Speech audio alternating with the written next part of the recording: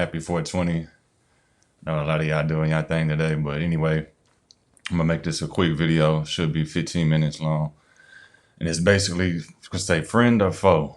Um, is your day one your friend, or is your day one a foe, or is your day one brought in your life just to teach you a lesson? All of these are valuable depending on how your perception is. But with that being said, I'm gonna let you. I'm gonna point out different indicators that could let you know if your friend is a genuine friend that wants to see you shine, even if it surpasses them, or if they're a competitive friend or a friend that's just lingering around you for company. Or sometimes people have a group of friends just because they think that's what they're supposed to have because of mainstream media or culture, pop culture. So a lot of these things could be dangerous though, because if you got a good heart, you want to unconsciously be validated by those friends. Even when you see people like scream and out of anger, and they be like, "I don't give a damn what nobody think." The reason why they're saying it out of anger is because deep down they do care what somebody thinks, and I think all of us care what people think to a certain extent, because you have to if you want to be a caring person. But however, there's a balance that must be met, and it could be detrimental to your whole overall human experience. So with that being said, I'm gonna go in to help you identify these traits and characteristics that these so-called friends have and foes have. So I'm gonna start off with the first thing is people could size you up. And size you up doesn't mean physically all the time. People size you up with questions. With that, I'm gonna use this as an example. Say you have a friend, you end up getting a brand new car. They see the brand new car. In all your previous conversations, they never asked about your financial income. They never asked about your insurance, and they never were really just intrigued to ask you about your personal finances because it has nothing to do with them. Be realistically. But all of a sudden, you get this new car, and they see the car, and they like it. But the first type of questions that they'll ask, and this is how you'll know if they're a friend or foe, is that a foe, a person that's in competition that don't really like to see you as nothing nice, and they're insecure themselves, so they're always comparing themselves to others to glorify themselves or to empower themselves. And these people are dangerous, and I'm gonna tell you why. But anyway, to use this example, so you get this new car, person never asked about your finances, never in the past life, but now all of a sudden when you get this car, they're trying to basically they're gonna try to bring out anything that could be deemed negative. So they'll start asking you questions about, oh, how much you paying, for your note. And in reality, that's a red flag if they ask you that, because they've never been involved with your finances before. They never even helped you get money before. Now, all of a sudden, when you get this new car, they're asking about your car note. You know what I'm saying? That's an indicator that they're trying to find something negative to bring down your happiness. So they'll ask a question like, okay, like your car insurance. Then they start asking about your note.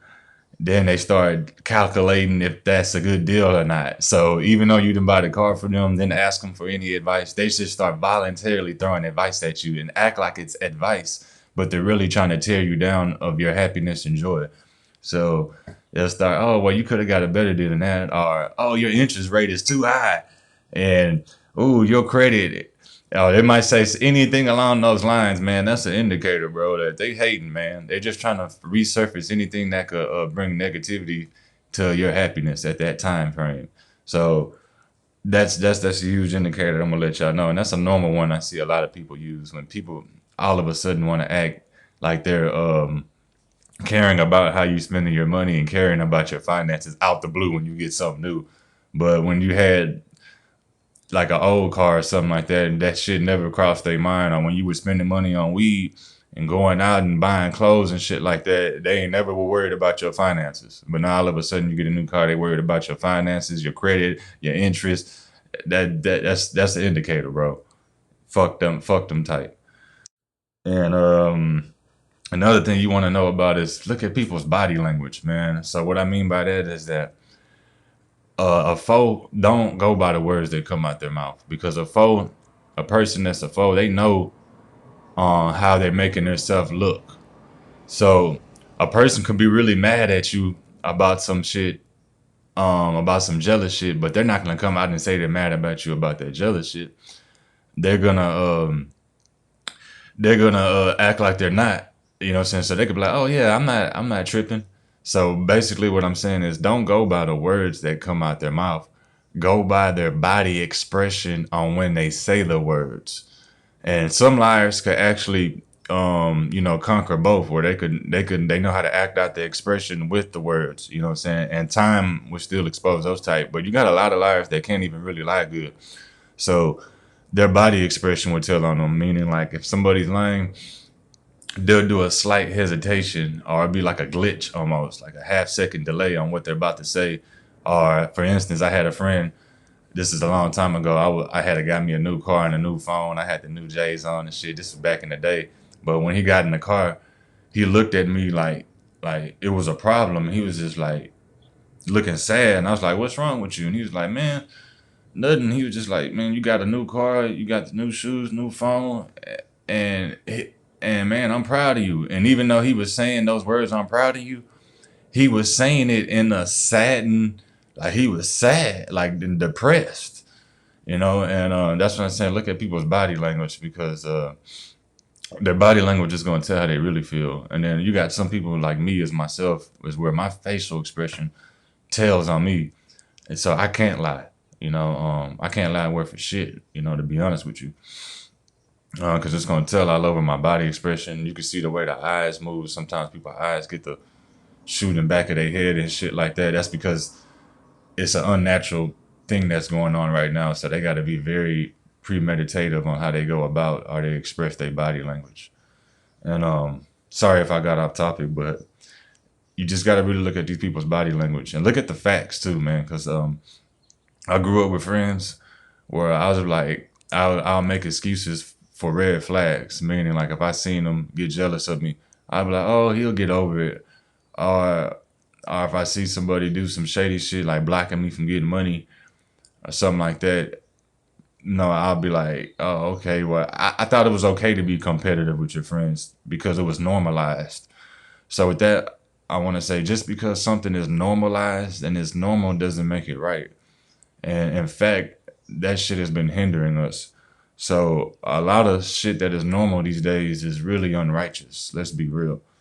So you got to be kind of cutthroat, and that's perfectly fine, because what they teach you is to have this subliminal type of loyalty to a group of peers, family members, because they're biologically your blood, or have a loyalty to your friends because they're your day one, even though they're not even serving you like righteously, or even if they don't want the best for you. So they'll try to guilt shame you until these with these titles and say, "Oh, you ain't a true friend. A true friend would have stayed with me," or "Oh, you ain't family. Family's supposed to stick together through it all." I said, "Nah, I'm not that type. If you family and you doing something unrighteous, we not sticking through it all. I got to cut you off. And if you a friend, you know, and I see certain traits that I don't like, we don't even have to be confrontational about it. I'm gonna just move around, and I'm gonna let your actions speak and see if your actions serve me, not your words." And through this process, you might be very isolated and might get even real lonely, but it's worth it at the end of the day, because I didn't see people do jail time for fake friends. I didn't see people lose out on money trying to have a loyalty to a fake friend. It's an illusion at the end of the day. Anything fake is an illusion. So now you're having a loyalty to a false illusion, and at the end of the thing, the bargain, you lose. So stand up for yourself and see these red flags. And another thing I'm gonna end it off with, it's gonna be a quick one to know if it's a friend or foe. The person that's competitive is always gonna be laughing. There's nothing wrong with being goofy, and I'm a goofy person. People that know me, I love to laugh. But at the same time, when you have a friend that's expressing herself about certain goals or dreams they may want to do, or even just wanting to better their life, and then you always got somebody laughing, always laughing like it's something always funny, cut them off too, bro.